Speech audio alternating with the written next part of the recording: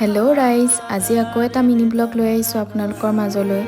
এইফালে বৌয়ে ভাজিব লৈছে মাছ আৰু মই এইফালে ব্যস্ত কমলা বাকলি গুচোৱাত আৰু লগতে বৰমা কাটি আছে চব্জি।